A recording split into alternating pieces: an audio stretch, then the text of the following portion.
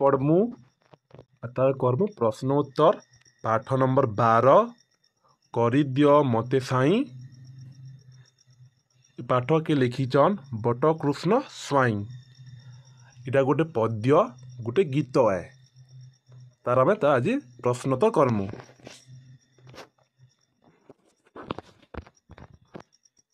इतने केतरा नुआ शब्द दीचे देखूँ। चौपाश बेले चारि पाखरे सोह हाग बेले सेन और आदर करवाटा उकुटाई बेले फिटाई और प्रकाश करी आहरी बेले आहरण करवाटा दिए बेले देवता ने ठाकुर ने भगवान दिवानिशी बेले दिन और राति मनोलोभ बेले मन को आकर्षण करुथिबा मन को भल लागुथिबा गोटे जिनिस मन लोभा।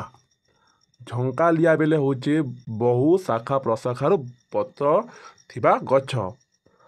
मनोहर बेले होचे सुंदर सुविशाल होचे विराट बड़।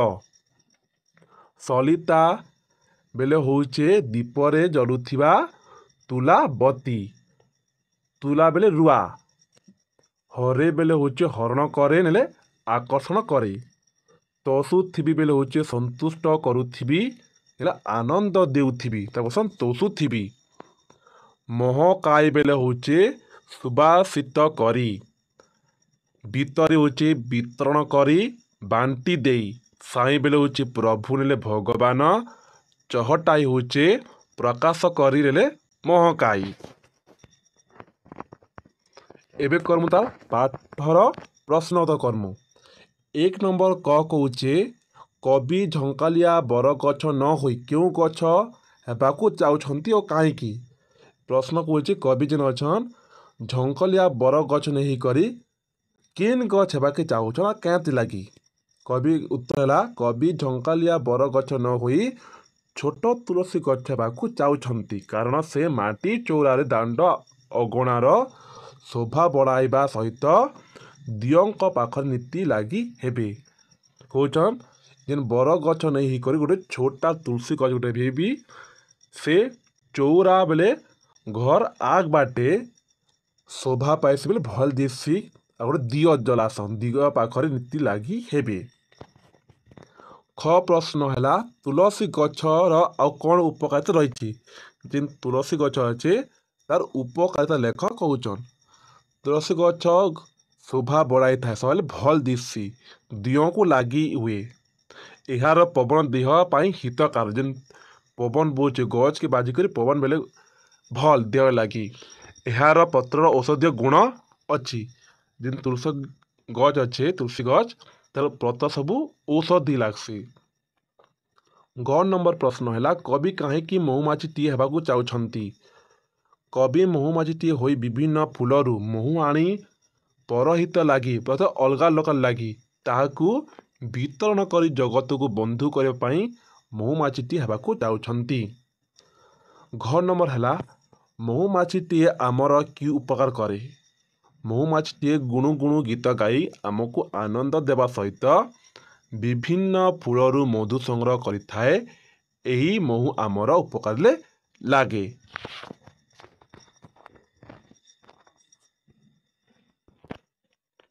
व नंबर कौचे पलाश फूल और गंग शिउली फूल मध्य कौन पार्थक्य रही। जो दुईटा फूल अच्छे तार पार्थक्य अलग अलग कारण अच्छे तार तीन अच्छे। पलाश फूल बड़ एवं मनोहर मन बोले देखा कि सुंदर। यह बासहीन किंतु किछि दिन वृत्तंतरे रहे। गंग शिउली फूल छोट इ फूल बड़ बेले इ फूल छोट ओ बासयुक्त यह किंतु संजय फुटी सकाल उड़ी जाए। संजय राति समय से फुटसी सकाल उड़ी जाए बोलचे।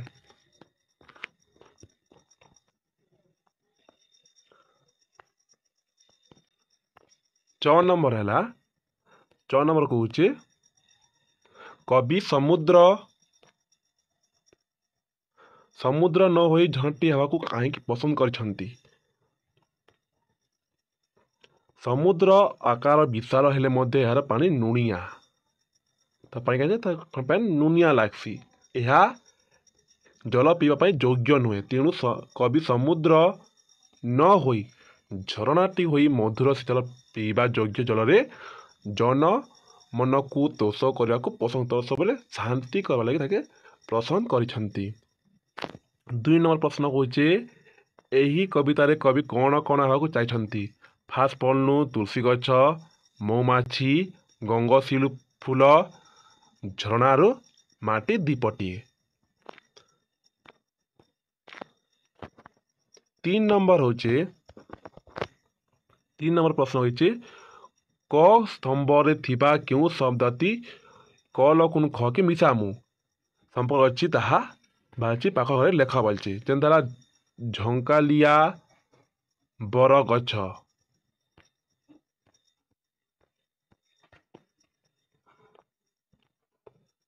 ମନୋହର ପଲାଶ ଫୁଲ, ସୁବିଶାଲ ସାଗର, ମନଲୋଭା ପୁନେଇ ଜହ୍ନ। 4 ନମ୍ବର ହେଲା 4 ନମ୍ବର ପ୍ରଶ୍ନ କହୁଛେ ସରଳ ଭାଷାରେ ବୁଝାଇ ଲେଖିବା ବୋଲଛି।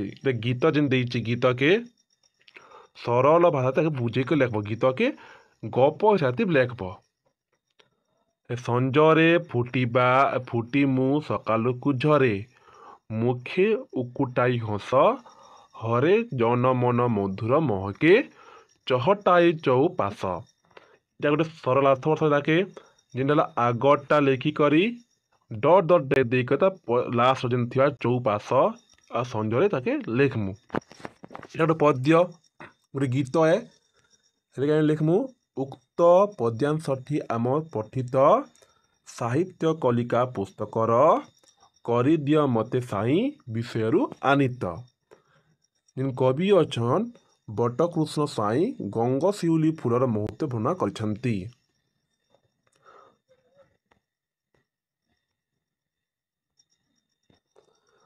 ପଲାଶ ଫୁଲଟି ମନୋହର ଏବଂ ଆକାରରେ ବଡ଼ ହେଲେ ମଧ୍ୟ ତାର ସୁବାସ ନଥାଏ।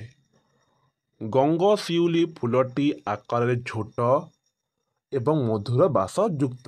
ବାସ ବୋଲେ ବାସ୍ନା ଦିସି, ସେ ବଡ଼ ହେଲେ ମଧ୍ୟ ତାର ବାସ୍ନା ନେଇନା, ହେଲେ ତାର ଛୋଟ ଥିଲେ ସେ ବାସ୍ନା ଖୁବ୍ ଦେସି।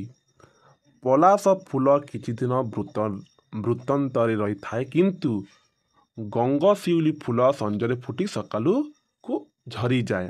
ଅଳ୍ପ ସମୟ ରହଣୀରେ ସେ ଜନମନକୁ ହରଣ କରେ।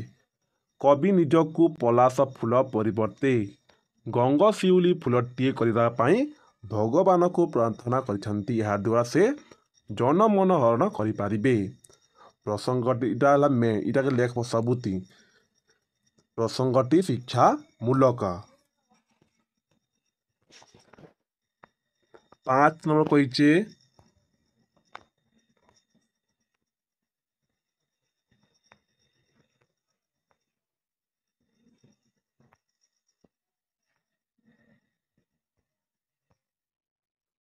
5 ନମ୍ବର ନ ଗଲେ ପଛେ, ନ ଖାଇଲେ ପଛେ, ନ ଦେଲେ ପଛେ, ନ ଆସିଲେ ପଛେ। ଏହି ବାକ୍ୟାଂଶ ଗୁଡ଼ିକ ବ୍ୟବହାର କରି ଗୋଟେ ବାକ୍ୟ ଲେଖା ବୋଲଛି। ନ ଗଲେ ପଛେ ନେଇକରି ଗୋଟେ ବାକ୍ୟ ଭିରାମୁ। ଯେମିତିକି ଗୋଟେ ଭିରେଇଛେ ତୁମେ ମୋ ସାଥିରେ ନ ଗଲେ ପଛେ ନାହିଁ, ତୁମ ସାଇକେଲଟି ଦିଅ।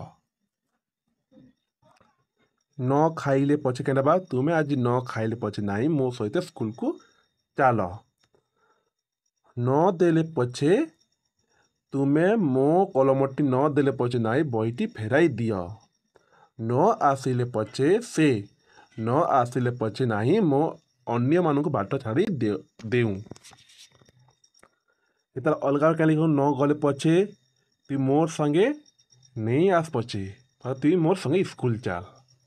ନ ଖାଇଲେ ପଛେ କେন କହୁଛେ ତୁଇ ମୋର୍ ସାଙ୍ଗେ ନେଇ ଖା, ତୁଇ ମୋର୍ ସାଙ୍ଗେ ସ୍କୁଲ ଚାଲ। ନ ଦେଲୁ କେଟା ତୁଇ ମୋର୍ ପଇସା ନେଇ ଦେ ପଛେ, ତୁଇ ମୋର୍ ସାଙ୍ଗେ ସାଙ୍ଗ। ନ ଆସିଲେ ପଛେ ସଙ୍ଗେ ନେଇ ଆ, ପଛେ ଆମର୍ ସଙ୍ଗେ ଆସବୁ। 6 ନମ୍ବର ହେଉଛି ପଦ୍ୟଟିକୁ ପଢ଼ି ଶବ୍ଦ ଗୁଡ଼ିକର ଅର୍ଥ ଲେଖିବା। ମନୋହର ବୋଲେ ସୁନ୍ଦର, ଗିରିବନ ବେଲେ पर्वत एवं जंगल। सु मह कई बेले सुबासित सुबिशाल बेले होचे खूब बड़। दिबास निशी होचे दिन राति। मनलोभा होचे मन हरणकारी। जे देचे 7 नंबर गुणु गुणु परी आउ 5टी जोड़ा शब्द लेख बोली जेला शुणु शुणु बुणु बुणु झुणु झुणु टुणु टुणु किणु किणु। 8 नंबर कौचे तले दिया कथा गुड़िकरू केउटी ठीक ता पाखरे राइट चिन्ह दिया केनटा भूल ताके भूल चिन्ह दिया राइट थे राइट भूल थे भूल। तो ये एठारे कवि बर गछटी हेबाकू चाहछंती निकेन गछ तुलसी गछ चाहछंती तुलसी गछ हेबा चाहछंती सेने। झरणाटी शीतल मधु जल दान करे ठीक। गंग शिउली फूल सकाले फुटी संजरे उड़ी जाए भूल से खाली राति नहीं करी।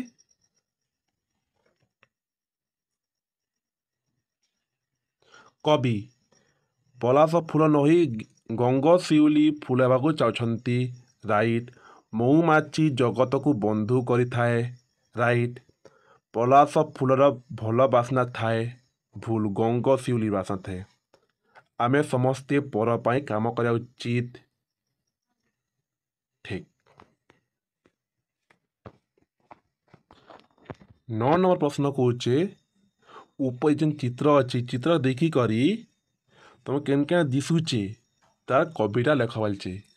फूलरे बसी प्रजापति दिशय केड़े शोभा डेणा हलाई सुरंग होई करई मन लोभा जान कि भाई तरका सेही दिय नाही धरा तापरी आउ सुंदर के जगत अच्छी परा। गोटे गीत लेख बोलचे कविता बेले गोटे गीत गीत हला